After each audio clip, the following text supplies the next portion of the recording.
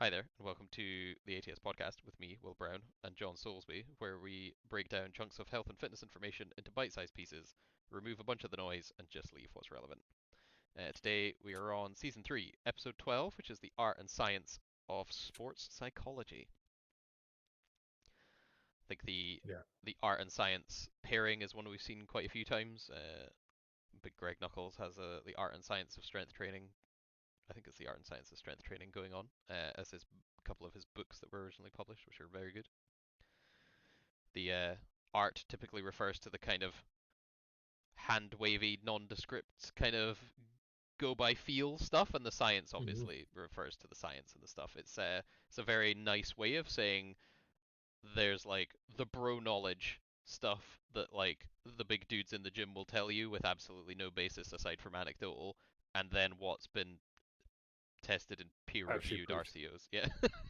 And the combo of where those things overlap. Um, yeah, I think like it's the same with training to a certain degree as well, as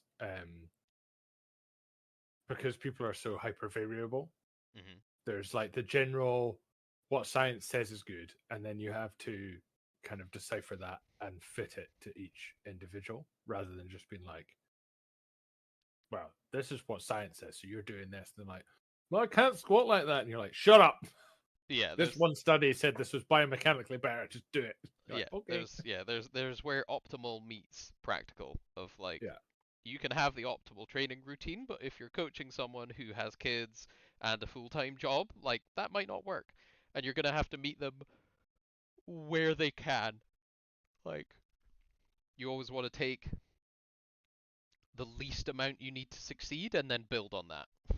Like you Yeah. always want to aim a little bit lower until you keep consistently getting dubs and then going. And so, kind of how I guess you would apply that to sports psych is you can have like there's a great book by James Hoffman Bompa and the nutrition guy who I can never remember called Integrated Periodization, which is essentially a breakdown of how to integrate into like a full annual plan or multi-annual plan for sports performance, where how you kind of integrate sports psychology, nutrition, and training periodization all kind of layered over each other.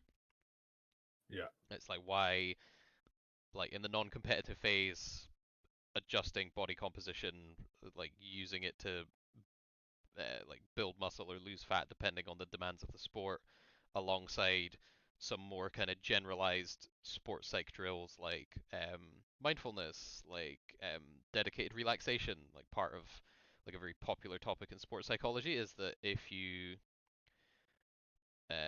for attaining optimal area, like the kind of optimal state of arousal, and again that's what they call it. It's not my fault.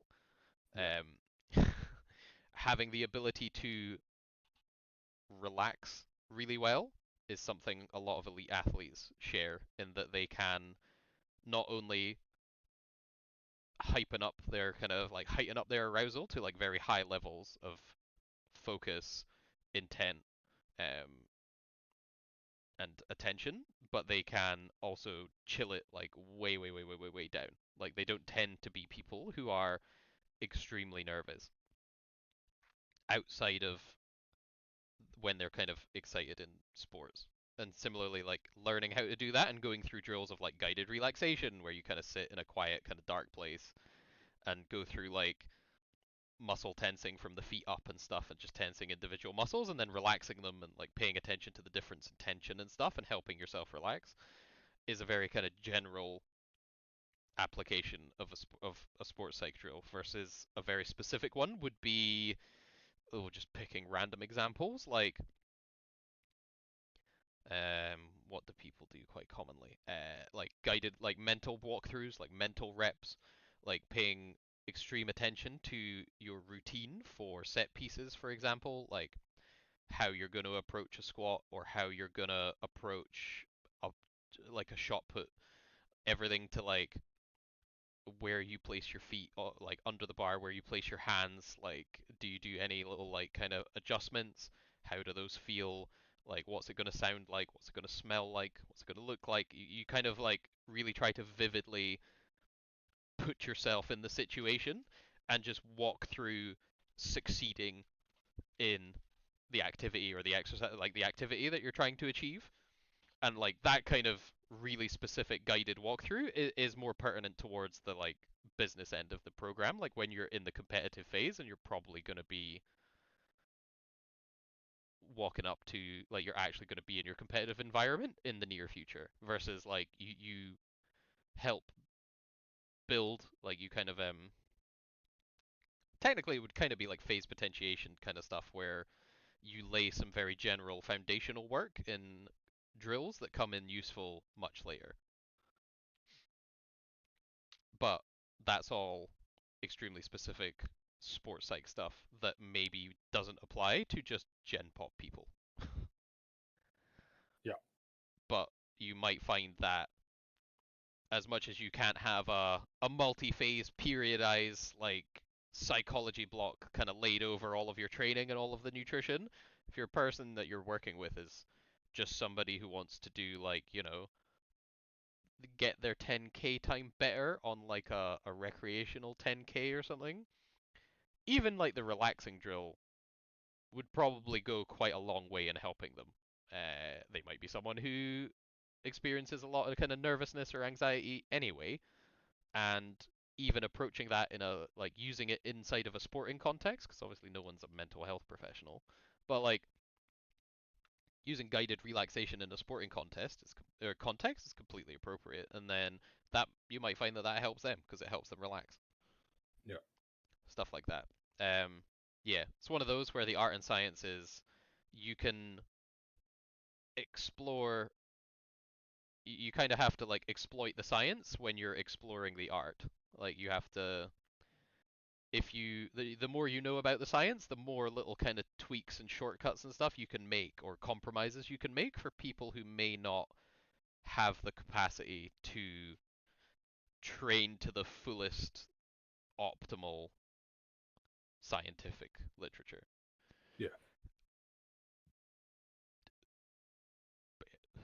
But yeah, there's definitely uses. I always think it's a very good tool that is very underutilized, given that it's free. Like it's literally free real estate. Like it's just thinking in it. Like, Yeah. Yeah. You can do it. You don't even have to go to the gym or anything. yeah, do it in your gaff, do it in your bedroom. Yeah, I definitely found it's very. I mean, it's very like when, if we're talking about 10k times, when runners also combine that with some strength and conditioning, like the improvements you make over just like doing some of the real basic stuff, a small amount makes huge impact. Um, Yeah, even stuff like positive reframing. Like if you know what that yeah, is, like you're not attempting to diagnose or assist in any kind of mental health intervention, but like having positive reframing in a sporting context is super helpful. Like we mentioned when people get nervous pre-competition, a positive reframe is to reframe that as being excited about competition, like finally getting to the kind of culmination of all of this work and getting to enjoy the competition day and like show off what you've trained for and all this kind of stuff. Like mhm, it's just thinking about it differently. Like, and that kind of positive reframe can really help a lot. Can really help people have a much better time of things because people tend to go off on a kind of pessimistic bias and worry about all the bad stuff that could happen versus not thinking about all the good stuff that could happen. And obviously, yeah, both of them are just to be determined because they are future events that have not happened. So yeah, there's a lot of cool applications. What's some of my other decent ones just for practical takeaways? Positive reframing is very useful. Guided relaxation is very useful. Especially for people who train later in the evening. Like if you're somebody who trains or you have clients that train quite late, like after work and stuff. Depending on how heightened, like how jacked up they get from training, they might struggle to sleep if they train quite late in the evening, like 7, 8 p.m., and they have a regular bedtime, because they'll still be kind of sympathetic, parasympathetic. Can't remember which one off the top of my head. There will still be the kind of like fight and flight kind of yeah, excitement going on. So having kind of guided relaxation things for them to do so that they can chill out, like no screens, and just get ready for bed will totally improve sleep quality and like they'll have a much better time with things. 100%. It's sympathetic as the like jacked up one. It's yeah, that was the one, yeah. So they're all like jacked up and sympathetic after fucking hitting some heavy deadlifts or something. And Yeah. then like you go eat dinner and then they're just all fucking buzzed and they can't really sleep, especially if they pre-workout at 7 p.m. animals. But Yeah. having I some mean, guided relaxation and time you away can't from screen. relax your way to the effects of 200 milligrams of caffeine here. Yeah, Doing nothing on yeah, that. it's gonna be very But, difficult. All the all the adenosine receptors are blocked. There's yeah, no tired getting you're doing in. nothing. Yeah. Um. Yeah. Can I think of another one? What things have we used? Physical cues like having some kind of physical cue for people to engage in their activity. Like people have done it in football before, where it's all kind of like you can have a chat and enjoy the social element of a team sport, but once you cross the sideline onto the practice or the game field, it's like that is the only thing you're focusing on is like what your next task is to do, and you leave the social element away. Like once you cross the kind of very physical line painted on, it's a complete change in engagement. Like, and you practice it. It's not something you can just do. You have to like really build that kind of string to your bow for having, but is very useful because again, it's very easy, and especially in team sports where at times you might have downtime, you might not be playing in this current like phase of play or whatever. It's very easy to get distracted and just get lost in some kind of social interaction and just kind of disengage with the task. Whereas Yeah. if you have this thing of once you cross this line for the next however long, all you're doing about and caring about is what's happening and what you're doing next. It's quite useful one. Yeah, yeah, very good, very underutilized. And we shall see you guys in the next one.